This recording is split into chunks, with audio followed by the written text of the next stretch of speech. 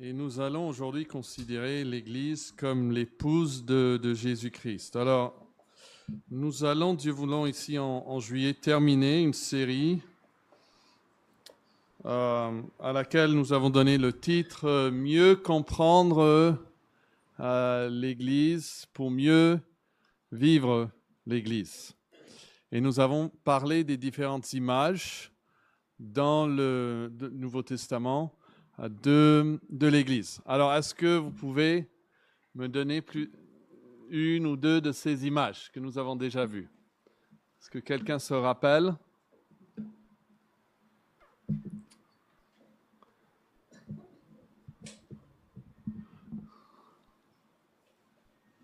C'est bien, hein? C'est le silence.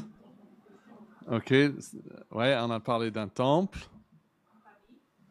d'une famille, l'Église comme famille. Voilà, ça commence à revenir là. Un troupeau aussi. C'est bien.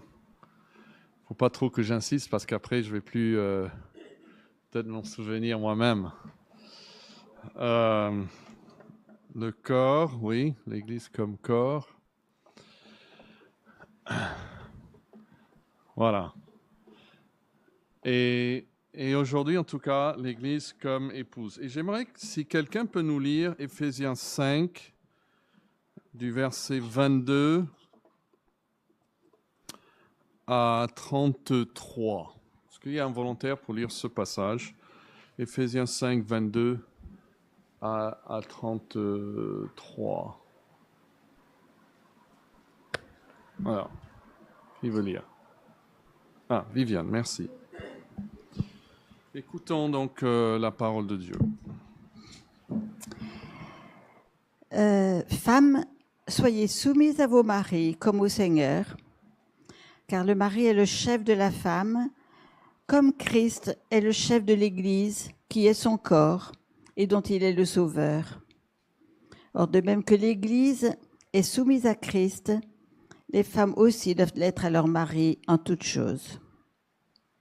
Maris, aimez vos femmes, comme Christ a aimé l'Église et s'est livré lui-même pour elle, afin de la sanctifier par la parole, après l'avoir purifiée par le baptême d'eau, afin de faire paraître devant lui cette Église glorieuse, sans tache, ni ride, ni rien de semblable, mais sainte et irrépréhensible.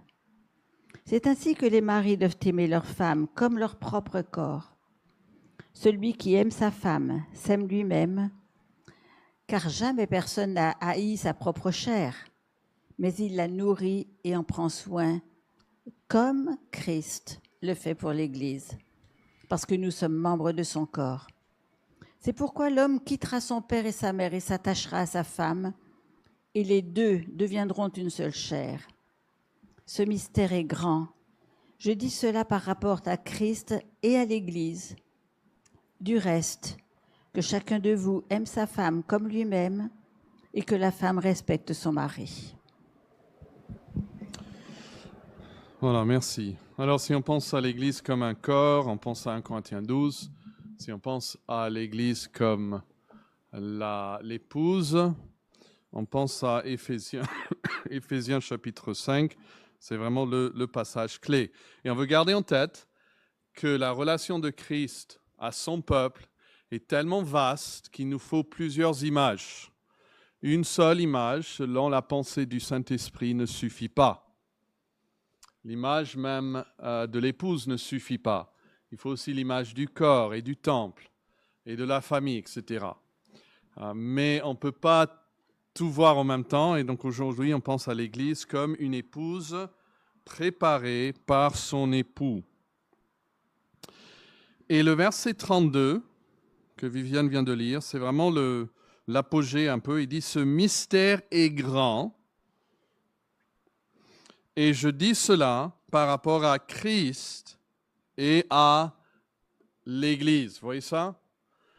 Le mot mystère, ça parle dans la Bible d'une vérité qui est profonde et qui ne peut pas être trouvée par soi-même. Il faut que Dieu révèle cette chose à l'homme. Et ça dit que c'est un grand mystère. Hein, donc c'est l'idée de profonde ici. Et la vérité donc qui se trouve dans cette image du mariage, parce que vous avez vu au début, ça parle de la femme et du mari, où les deux deviennent une seule chair, ça c'est une grande et profonde vérité. Et le mystère dans tout cela, c'est que cette relation d'homme et femme est une image qui nous parle de Christ et de l'Église. Dieu le voyait depuis le temps d'Adam et Ève, mais l'homme, il ne l'a pas compris au début. Il y a une autre traduction dit, il y a une grande vérité cachée dans ce passage. Je dis, moi, qu'il se rapporte au Christ et à l'Église. Alors, quelle est cette grande vérité concernant le mariage qui est cachée mais révélée en Christ? Hein, il dit, je dis cela par rapport à qui? Par rapport à Christ et à l'Église. Donc, vous avez là dans vos notes les premiers trous, hein, quand l'apôtre atteint l'apogée de cet enseignement, il arrive à cette annonce de cette merveilleuse vérité que la femme est à son... Qu'est-ce qu'on va mettre dans le trou? Voilà, à son mari ou à son époux, ce que l'Église est à Christ. Donc Christ est le mari ou l'époux, et donc l'Église, forcément, est qui? L'Église est la mariée, elle est l'épouse. Donc nous sommes l'épouse de Christ. Il faut nous voir comme ça, comme l'épouse de Jésus-Christ. Et en fait, il est impossible de parcourir ce texte et parler uniquement de Christ et l'Église ou uniquement du mari et de la femme, parce que les deux sont tellement liés qu'on n'arrive pas à parler d'un groupe sans parler de l'autre. Et vous avez une citation ici, là, dans vos notes, qui dit que le mariage fournit une image de la relation de l'Église à Christ plus adéquate que l'image du temple à sa pierre angulaire, ou même l'image du corps à sa tête. Ici, nous passons de l'imagerie prise de l'inanimé, ce serait comme le temple, hein, les pierres, ou même du domaine biologique, si on parlait du corps, à des images prises du domaine le plus personnel qui puisse exister. Deux êtres qui deviennent une seule chair. Et c'est un mystère qui n'a pas été révélé dans l'Ancien Testament, quoique nous voyons quand même des indices. En Ésaïe 62, par exemple, je vais vous lire le verset 5, « Comme la fiancée fait la joie de son fiancé, ainsi tu feras la joie de ton Dieu. » Et plusieurs fois dans l'Ancien Testament, les prophètes disent qu'Israël a été comme une femme infidèle envers son Dieu, son mari. Donc en Jérémie 31, 32, il dit qu'il va créer une nouvelle alliance, non comme l'alliance que j'ai traitée avec leur père, le jour où je les ai saisis par la main pour les faire sortir du pays d'Égypte, alliance qu'ils ont violée, quoique je fusse leur mari, dit l'Éternel. Mais c'est vraiment quand Jésus, le Fils de Dieu, il va venir sur terre, qu'il va ouvertement s'identifier comme l'époux. Et nous avons vu cela en Marc, mais en Matthieu 9. On va lire le Matthieu 9, les versets 14 et 15. Est-ce que quelqu'un peut lire ces deux versets et puis nous dire quelle est l'image que Jésus donne de lui-même dans ce passage? Matthieu 9, 14 et 15. Matthieu 9, 14 et 15. Quelqu'un veut lire? François, merci.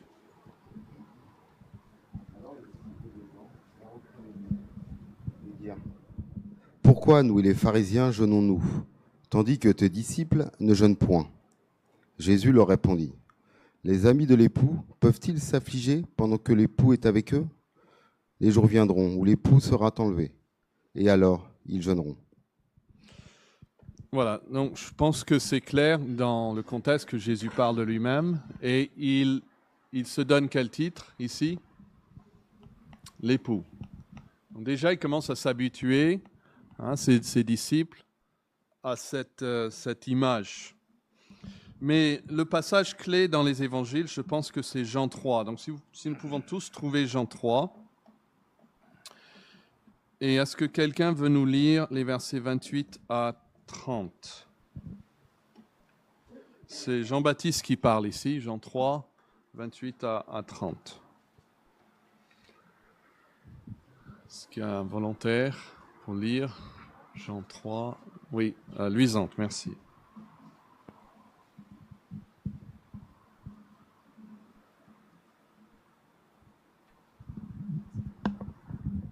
« 28 à combien déjà ?» 28 à 30.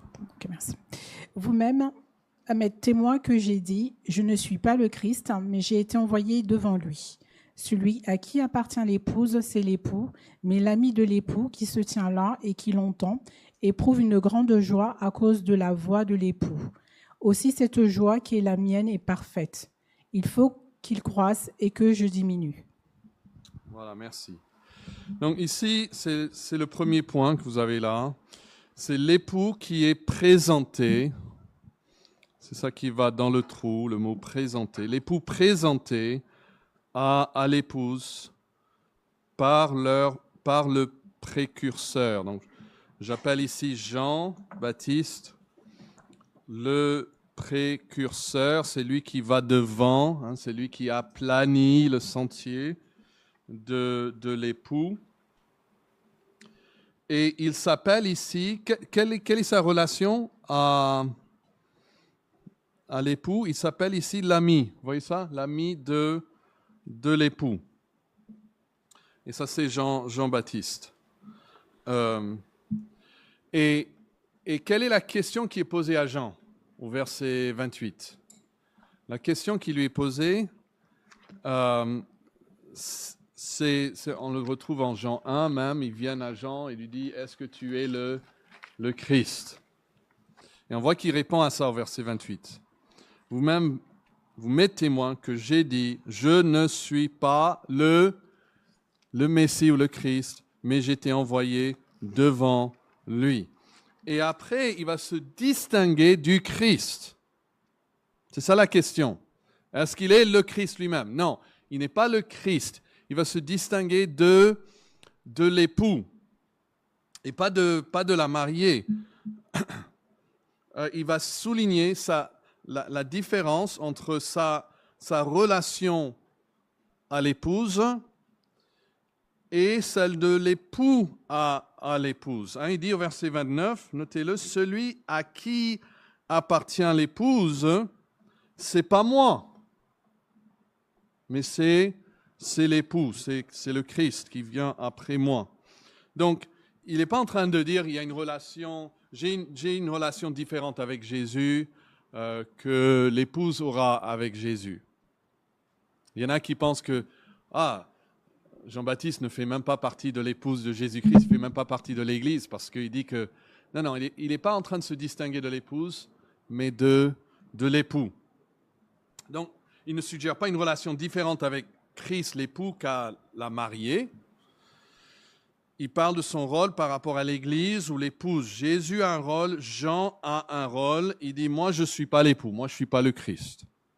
Je suis l'ami de l'époux. Je suis là pour annoncer l'arrivée de l'époux. Je remplis ce rôle qui existait même. Quand l'époux arrivait, parfois il sonnait une trompette ou une voix qui va crier. Lisez l'histoire des 5 vierges folles et 5 vierges sages, et vous entendrez vous lirez qu'au milieu de la nuit, il y a un cri. C'est l'ami de l'époux qui annonce la venue. Et c'est lui, ça c'est son rôle. Et il a cet immense honneur d'avoir ce rôle de crier et d'annoncer l'arrivée du marié. Il a été envoyé pour aller devant Dieu, devant Christ, Et puis, quand l'époux arrive, il est content de disparaître, de s'effacer. Qu'est-ce qu'il dit là au verset 30 ?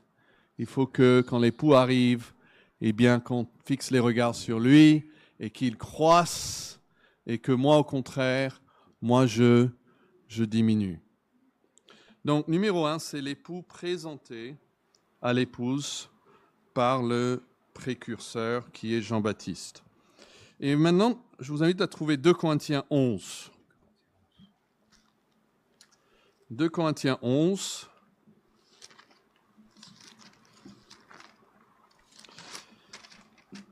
Et Paul utilise cette métaphore du mariage, mais un peu différent qu'en Jean 3 ou même qu'en Éphésiens 5. 2 Corinthiens 11, verset 2 dit « Car je suis jaloux de vous d'une jalousie de Dieu, parce que je vous ai... » Qu'est-ce qu'il a fait avec ces Corinthiens ? « Je vous ai fiancés à un seul époux. » Parle de Jésus. « Pour vous présenter à Christ, à l'époux qui est Christ, comme une vierge pure. » Donc ici, on va mettre dans le trou, pas l'époux présenté, mais l'époux fiancé. Il dit, je vous ai fiancé à un seul époux. L'époux fiancé à l'épouse, sous la garde fidèle du serviteur de Dieu.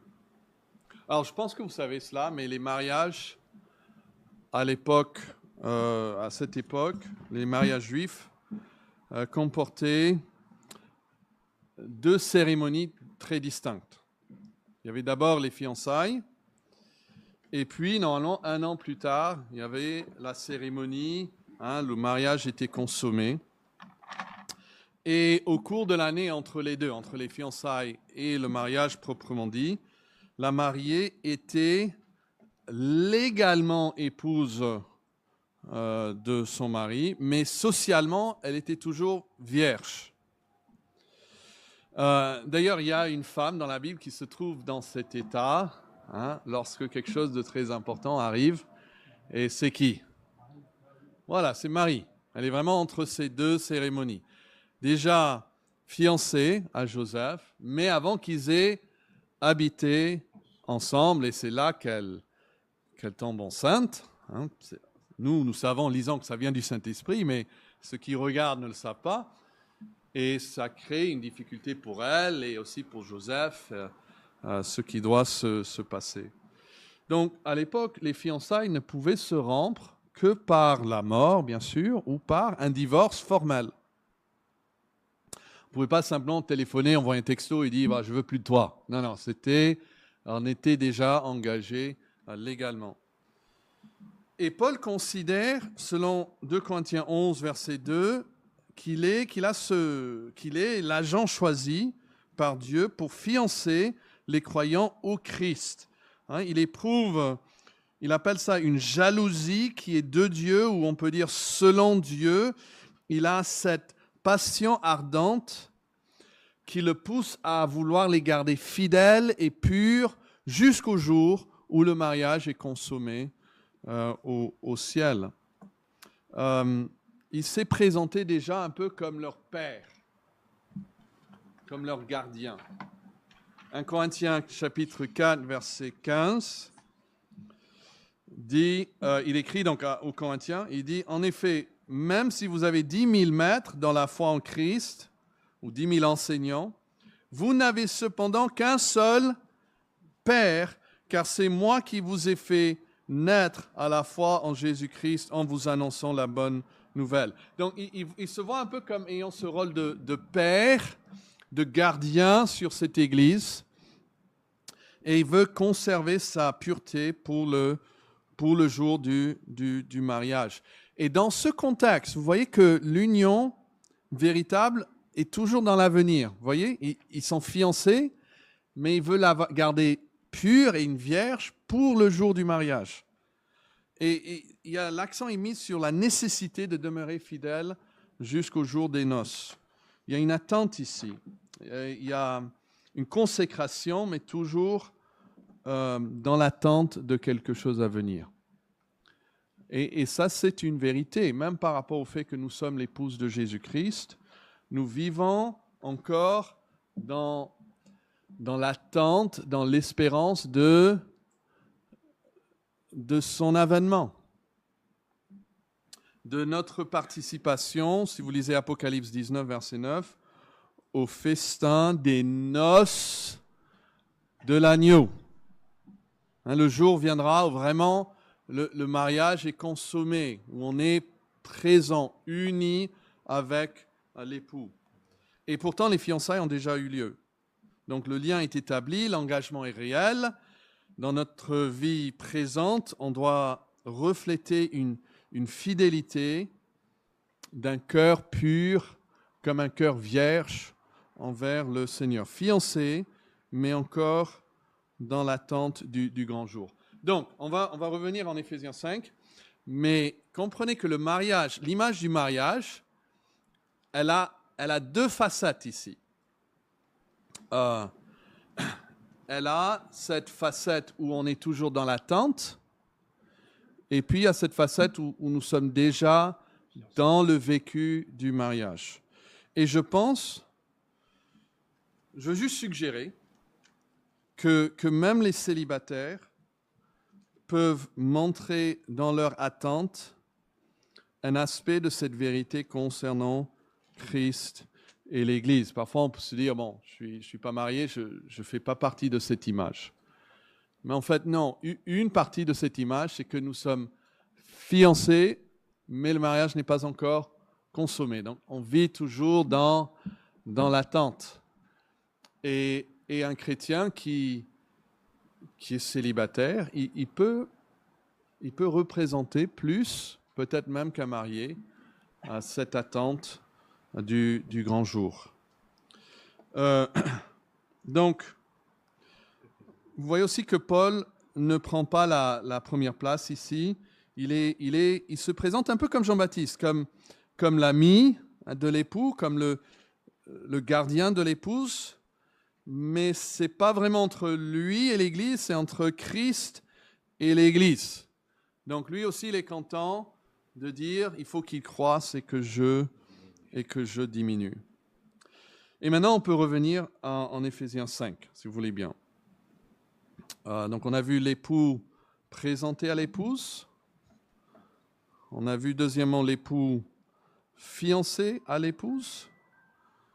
Et puis en Éphésiens 5, nous avons l'image de l'époux uni à l'épouse dans son amour. Donc ce qui va dans le trou, c'est le mot uni.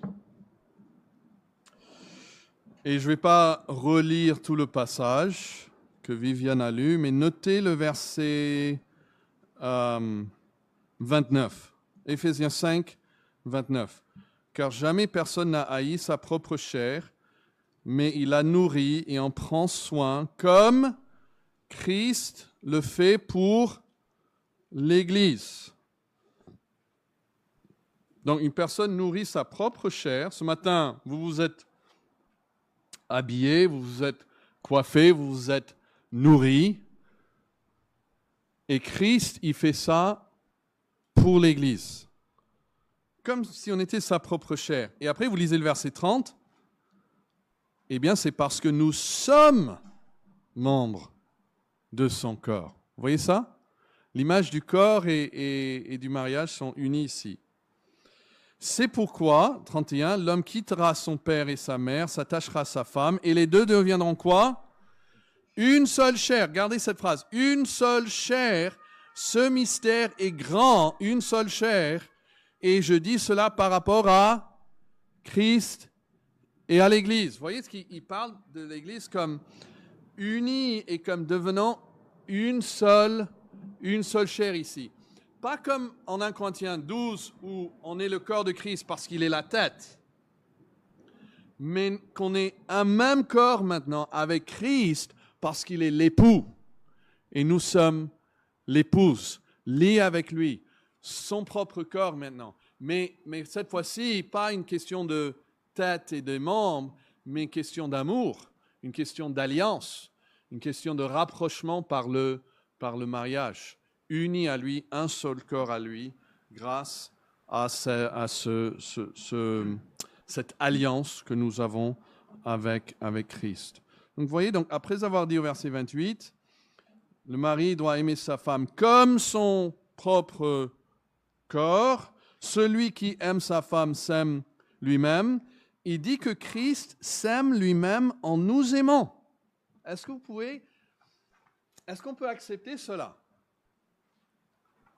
Dans nos péchés, parfois, on se dit, mais comment est-ce que Christ peut m'aimer?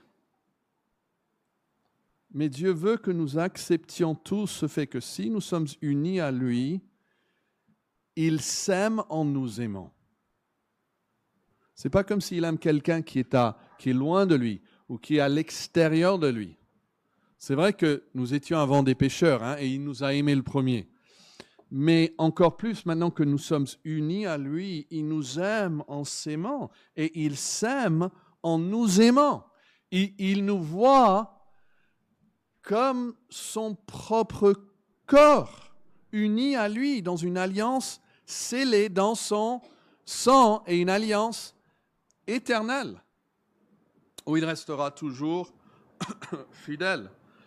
Et donc il dit, verset 30, nous sommes membres de son corps.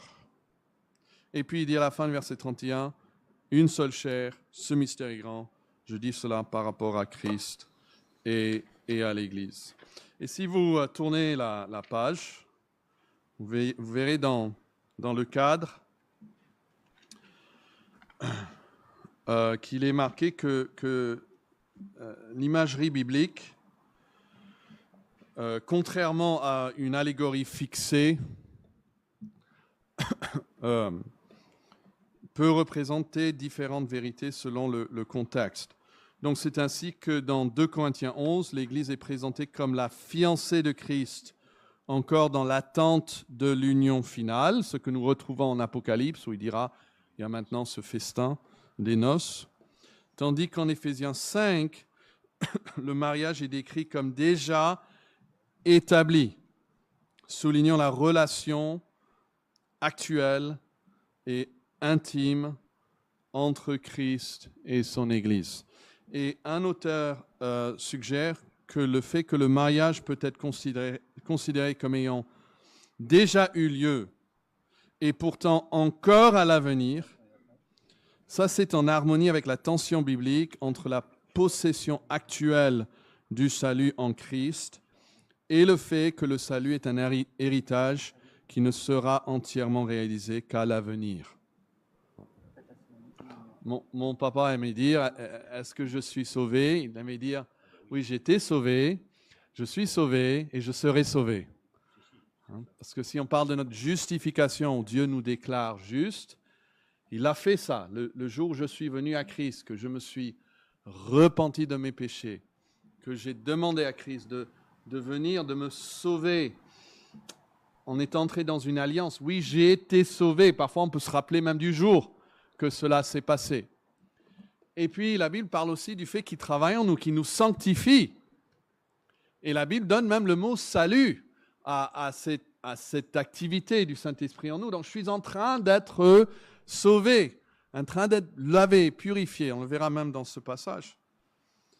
Mais Paul lui-même dit que si c'est dans cette vie seulement que nous espérons en Christ, s'il n'y a pas d'avenir, nous sommes de tous les hommes les plus malheureux. Parce que notre héritage, nous l'attendons encore. Il nous est réservé pour nous dans les cieux. Un héritage qui ne peut se flétrir, voilà, c'est gardé pour nous. Mais nous l'attendons, nous vivons dans l'attente. Un chrétien est quelqu'un qui est vraiment axé vers l'avenir. Il est fixé parce qu'il sait que on lui a promis que Christ lui-même a dit, je reviendrai et je vous prendrai avec moi afin que là où je suis, vous y soyez aussi. Ça, c'est l'apogée de notre histoire. Ça, c'est le festin des noces. Et donc dans le mariage, il y a, dans cette image du mariage avec Christ, il y a le pas encore et déjà, les deux aspects. Alors j'espère que c'est assez clair. Est-ce qu'il y a une question juste sur cet aspect-là?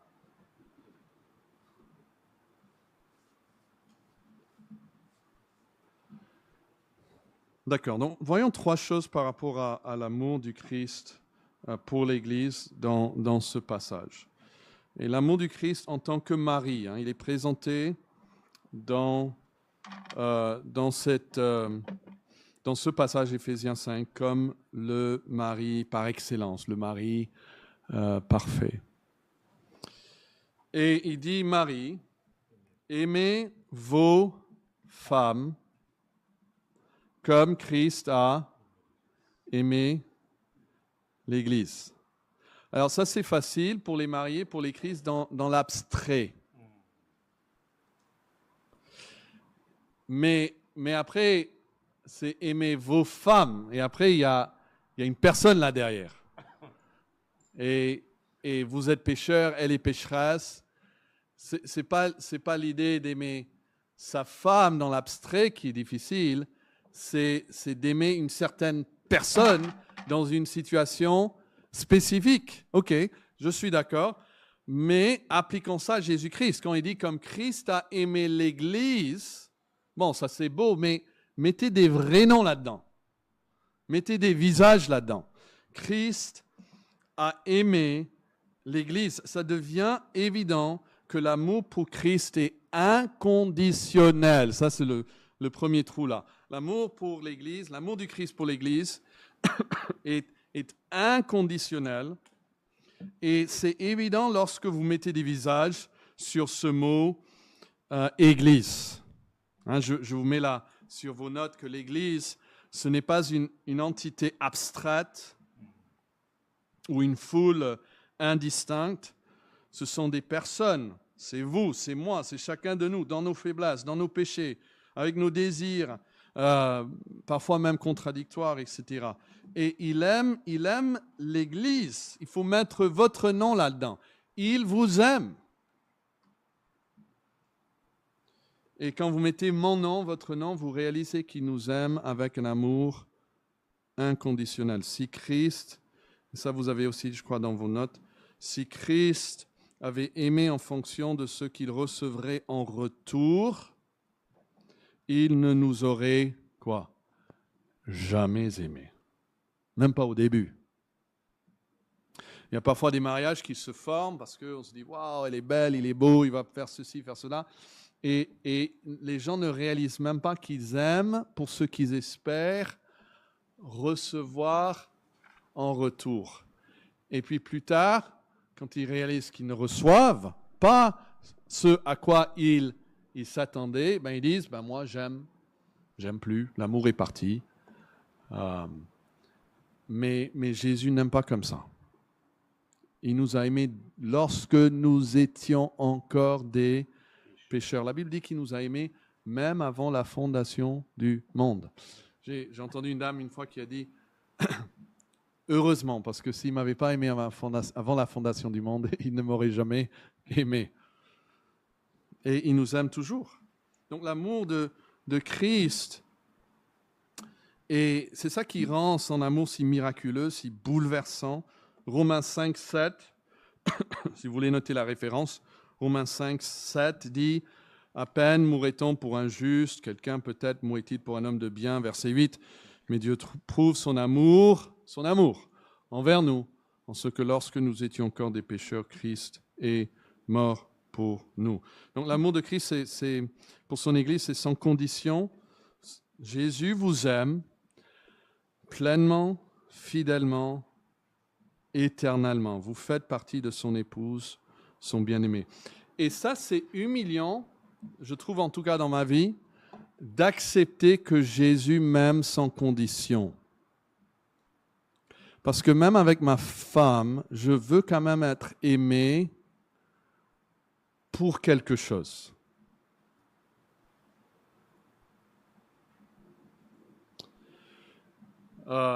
une histoire qui me vient juste maintenant à l'esprit.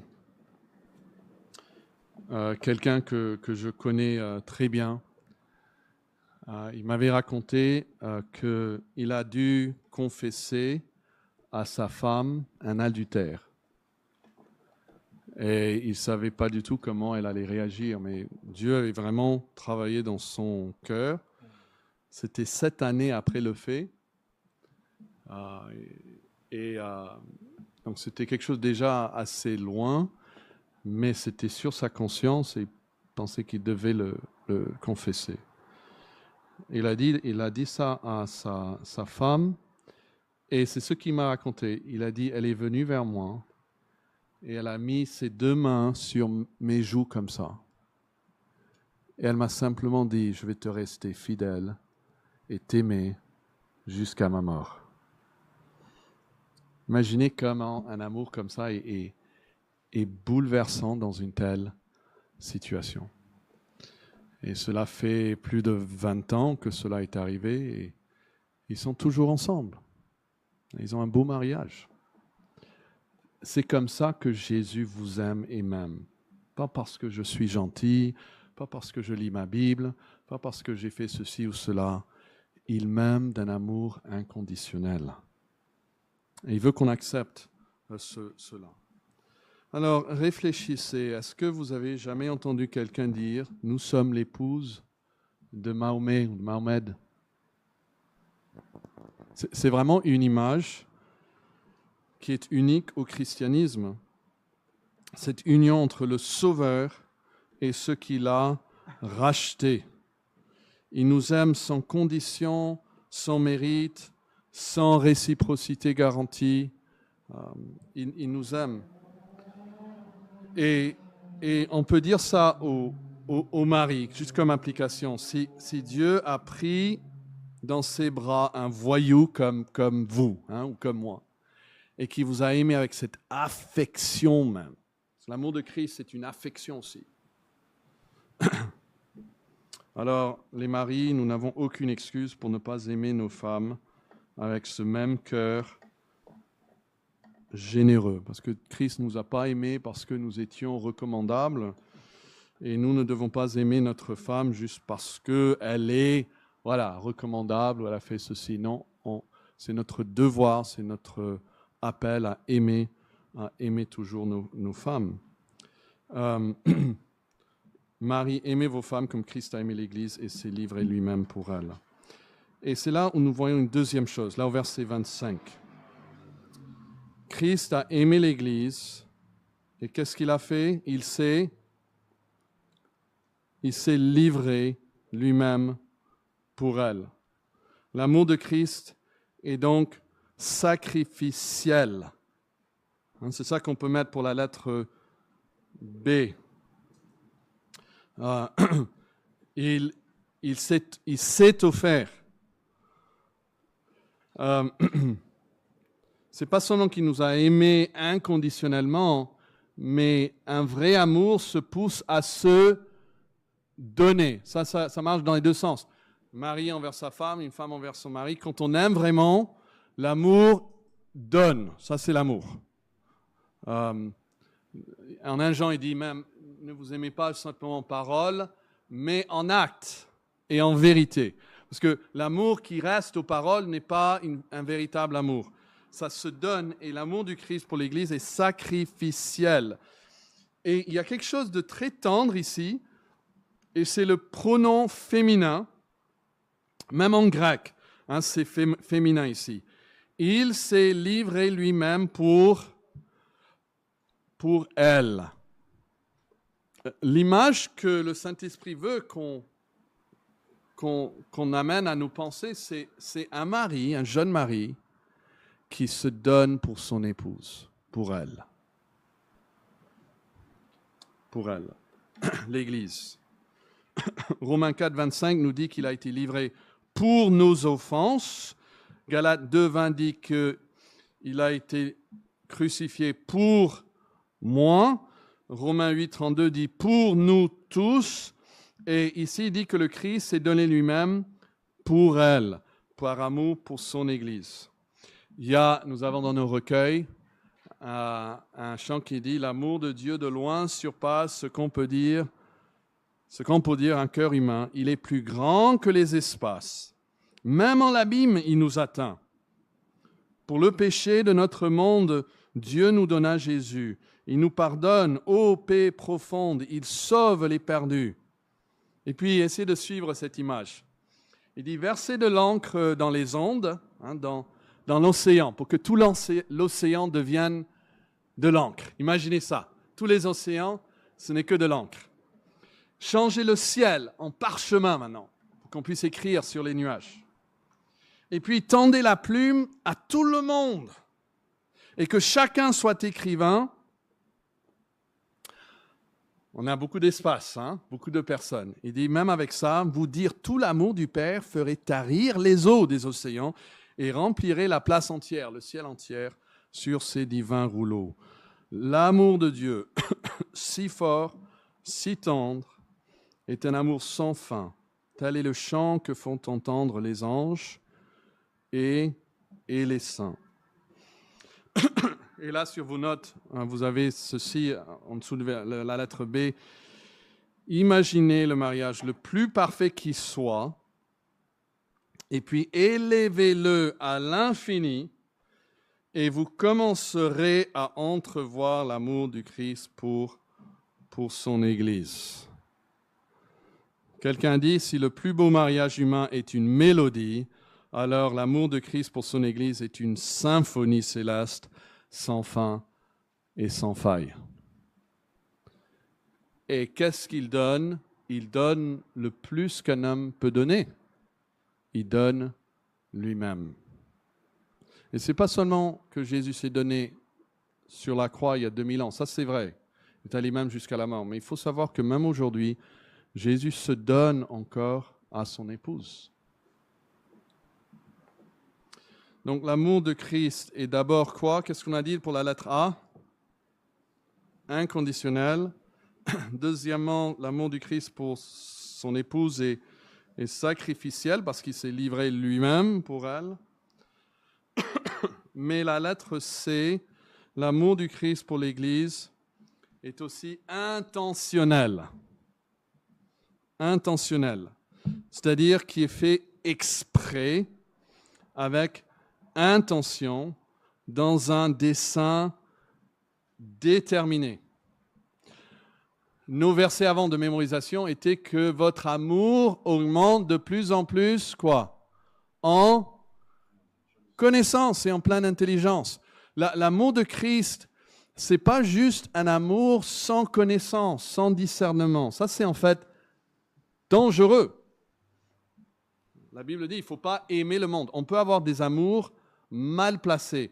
On peut avoir un amour sans discernement.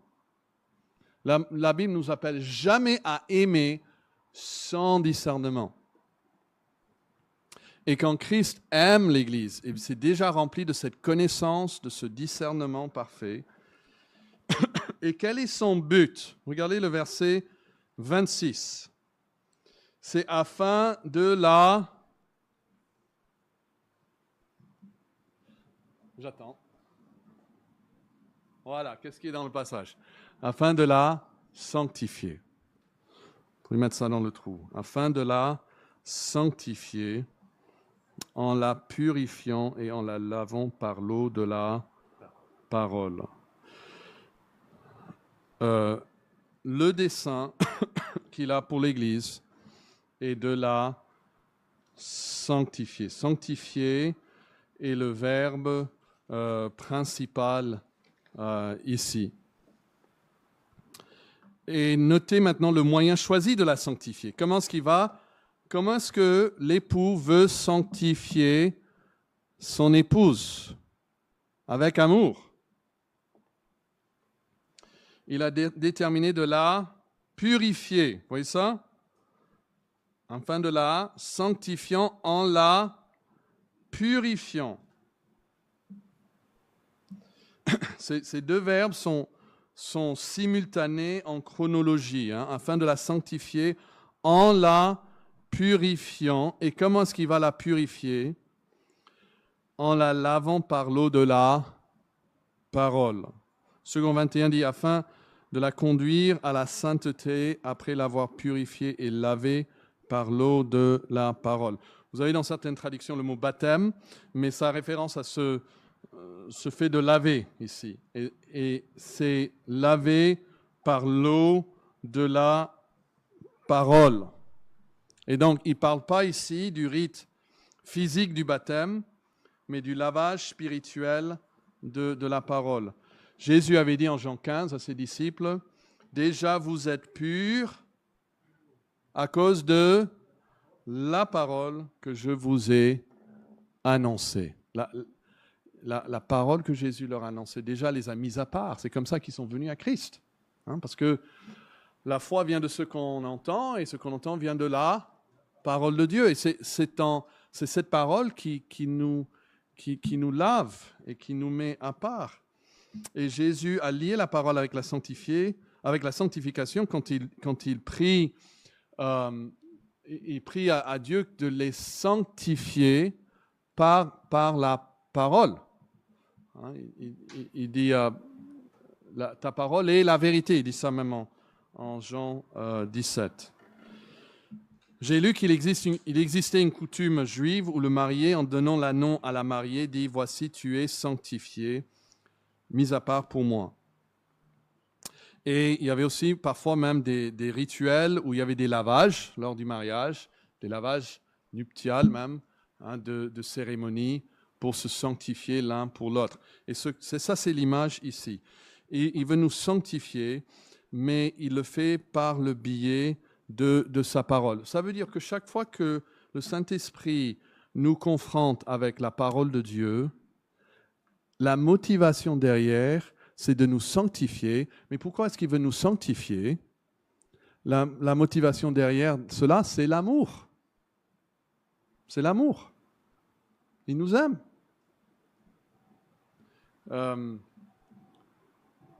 C'est pas juste parce qu'il veut pas avoir honte de ses enfants ou de son peuple. Non, il veut nous sanctifier. Et ça se fait par la parole. Et donc, là aussi, on voit, si on n'est pas tous les jours en contact avec la parole, c'est comme si on refusait de se doucher et de mettre ce qu'il faut pour pas que tout le monde... mes enfants, j'ai 2 adolescents qui sont allés au camp. Je crois cette année, mais je me rappelle l'année dernière, j'ai lu les règles. Et une des règles, c'est qu'ils doivent faire la douche tous les jours. Ils mettent ça dans les règles. Vous savez, il y a des adolescents qui viennent. Et Dieu, pour nous laver, c'est par sa parole. Nous devons chercher cela, mais savoir que c'est par amour. Ça, c'est le but, donc, à court terme, c'est de nous sanctifier. Et quel est l'objectif à long terme? Eh bien, verset 27, vous l'avez dans vos notes, pour faire paraître devant lui cette Église glorieuse, sans tache, ni ride, ni rien de semblable, mais quel est le mot qui va dans le trou? Sainte. Donc, il veut nous sanctifier, le but à court terme, pour que nous soyons saints et irréprochables devant lui. Ça, c'est le but à long terme.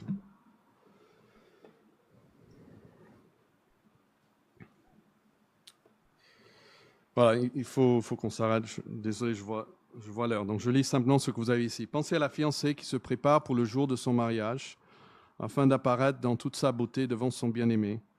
Mais ici, dans cette image biblique, ce n'est pas la mariée qui se prépare elle-même, c'est l'époux qui accomplit ce travail. La fiancée ne peut rien faire par elle-même. C'est l'époux qui agit, qui prépare, qui embellit. Philippiens il dit, celui qui a commencé en vous cette bonne œuvre, il la poursuit pour l'accomplir jusqu'au jour de son avènement. Donc, il agit en nous. Parfois, c'est difficile, mais toujours avec l'amour d'un époux parfait pour sa mariée. Et c'est précisément pour cela que nous pouvons avoir une entière confiance que cette union glorieuse se réalisera, parce qu'il est fidèle. Voilà, que Dieu nous bénisse et nous remplisse de confiance dans le fait que nous sommes l'épouse de Christ.